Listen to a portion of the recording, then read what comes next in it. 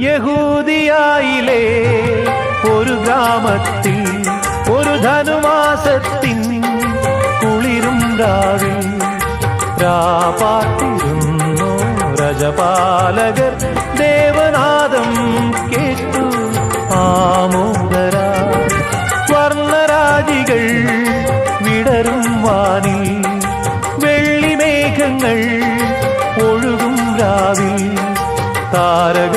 രാജകുമാരിയോടൊത്തന്നു തിങ്കൾ കലപാടി ഗ്ലോറിയ അന്നു തിങ്കൾ കലപാടി